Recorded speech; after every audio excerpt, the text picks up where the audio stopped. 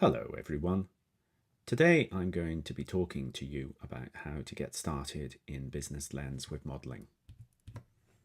Now, it's usually best to start by using the built-in forms-based entry that is part of Business Lens itself. You could get started using our semi-automatic and fully automatic interfaces, but usually it's best to use the built-in forms as a way of quickly getting started and being able to quickly verify what you're doing. We recommend that you start by focusing on the core entities initially, predominantly the stores of personal data, the platforms that store this data, the business processes that use and possibly generate the data, the people who own or use all of the above, and finally the places where everything is located. You can see the relationships between these entities on the right hand side of this slide.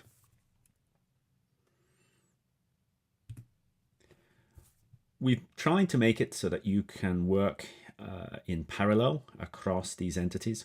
So the core one really is the three that I'm showing here in the middle of the diagram. So you start by defining your platforms, i.e. the resources that store the personal data. Then you can go on to map, model the personal data itself, and then on to the business processes that make use of that personal data. And then either afterwards or in parallel, you can go and define your organization and team and role and possibly individuals. Define that hierarchy, as well as define your places, the physical locations where all of this takes place. We've tried to make it as simple as possible to get started and make sure that there's an absolute minimum of information that you need to gather upfront in order to start modeling. This is a quick summary of the mandatory information, and you can find this information in both the user guide as well as the technical note that we have written on this subject. One quick word about identifiers. Every entity in Business Lens is identified by a unique identifier. These can be up to 50 characters in length and typically are composed of both uppercase and lowercase, alpha and numeric characters. There are also a number of special characters that can be used for them, including the @, underscore, hyphen and dash. Now, it's possible to change these identifiers after initial creation, but it isn't a trivial undertaking. So we recommend that you spend a little time up front devising a strategy for identifiers for your organization. A couple of recommendations we have are to, whenever possible, reuse existing corporate IDs that have already been defined and which might relate to asset IDs, employee IDs or corporate identifications. And if there is no existing ID, it's best to choose a scheme that maybe identifies the type of the entity as well as some kind of numeric counter. So the example here, BP00001, would be used, for example, for a entity that was of type business process. Right, let's hop across into Business Lens and I can give you a live demonstration of how this would work.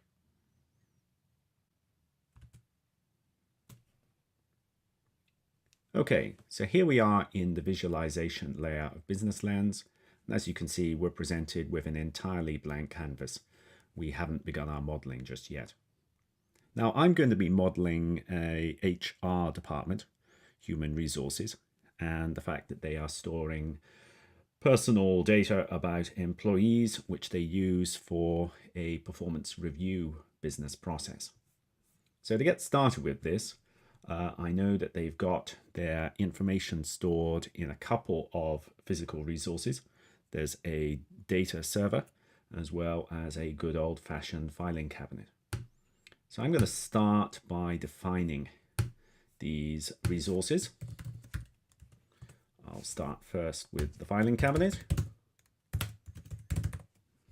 And I have to give it a name, and I have to say that the resource type is physical, something that exists in the real world, something you can kick. So I've got my filing cabinet, and now I'll define the data server as well. And that's also physical. So I'm going to save that and take a look, and yep, there are my two resources, all good to get started.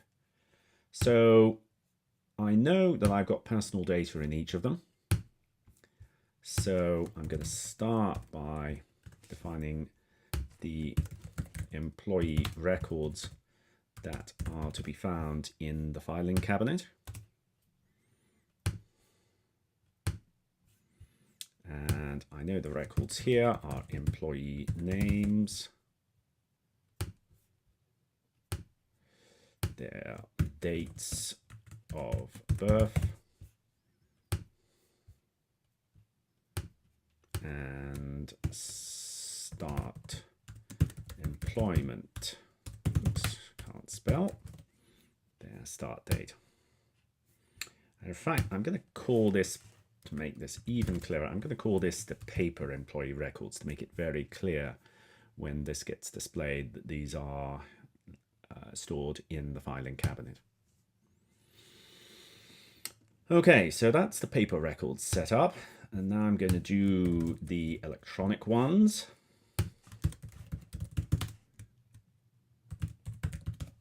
Oops. And so these are stored in data server, and you'll notice that if I hover over a field like the stored on field, if I hit the spacebar, it will give me the set of possible options for what I can fill in this form, which is a useful shortcut. So here I know that it's storing the employee name, and the employee performance records are also stored online in this server. So if I go back to my visualization now, I can see that I've got my two personal data stores. I can see that they're both associated with the appropriate physical resource, the data server and the filing cabinet.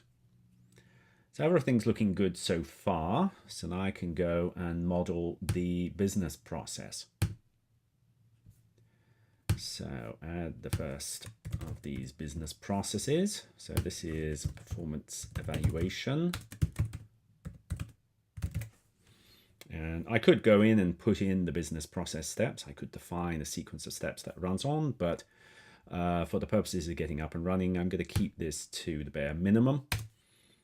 So I'm going to say that, well, this is a process that runs on the data server and that it uses the personal data that's stored in both the paper employee records as well as the electronic records.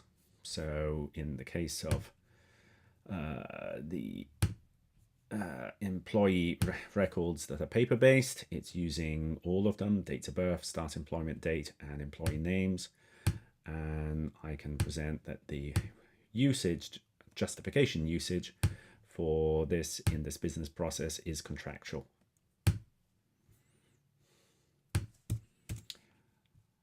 If I go across to the employee records and start filling them in, I can say it's the employee name and it's the performance records. And again, the justification for the usage is contractual.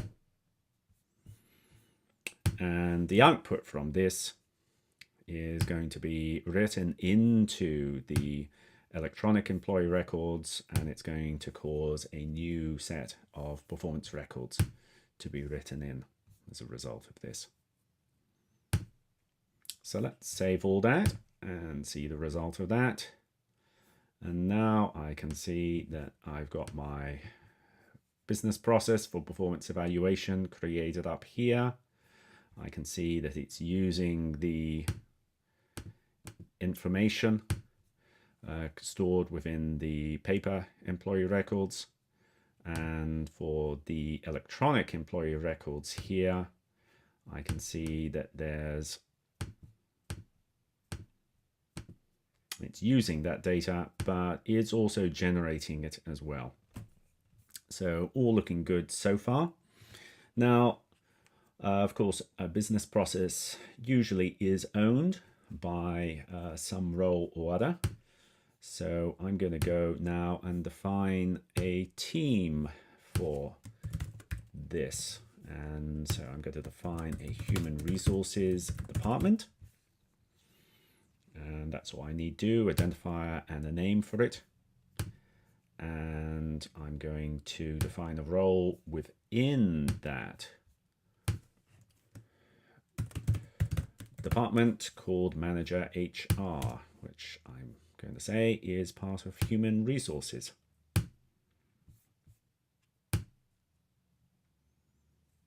So great, there's the team, the organization that I've defined, human resources, and there's the Manager HR role sitting underneath it. So now I've got the opportunity to go back into this business process, and I can assign this HR manager role as owner of this business process.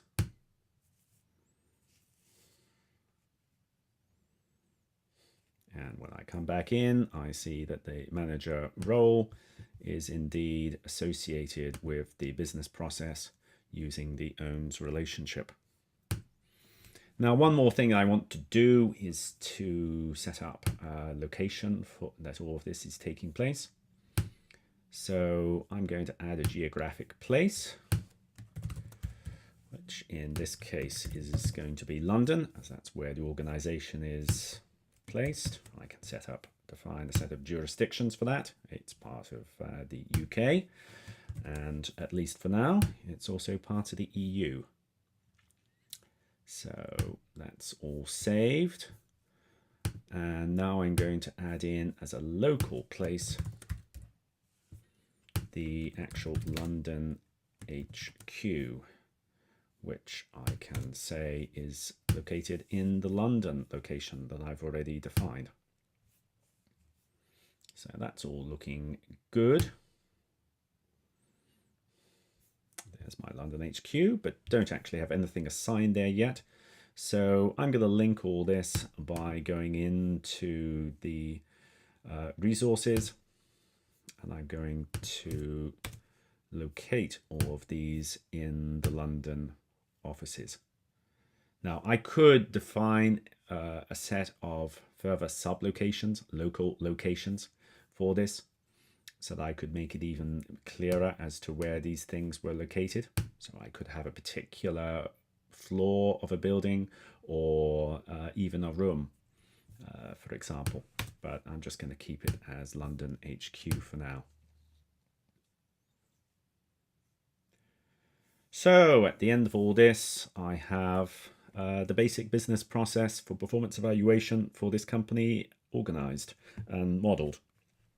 I've got the data that's being handled, where it's stored, the business process that's using it, the responsibility from a role perspective as to who looks after it, and I can see where all of this is taking place. A lot more detail I could put in, but at least I've modeled the basic concepts, and this gives me something then that I can share with others and populate in further detail once I understand where the important areas to focus on are. Anyway, that's a very quick introduction to how to get started with modeling. If you're interested in learning more, would recommend the Business Lens user guide and the various tech notes that we've published. There is one specifically around how to get started with modeling, which I do recommend reading. You're also most welcome to email the support line for TrustHub and Business Lens. The address is on the screen. And you could also give us a call on the support line. which is staffed Monday to Friday, 9 a.m. to 5 p.m. UK time. Right, very quick introduction. Hopefully you found that useful.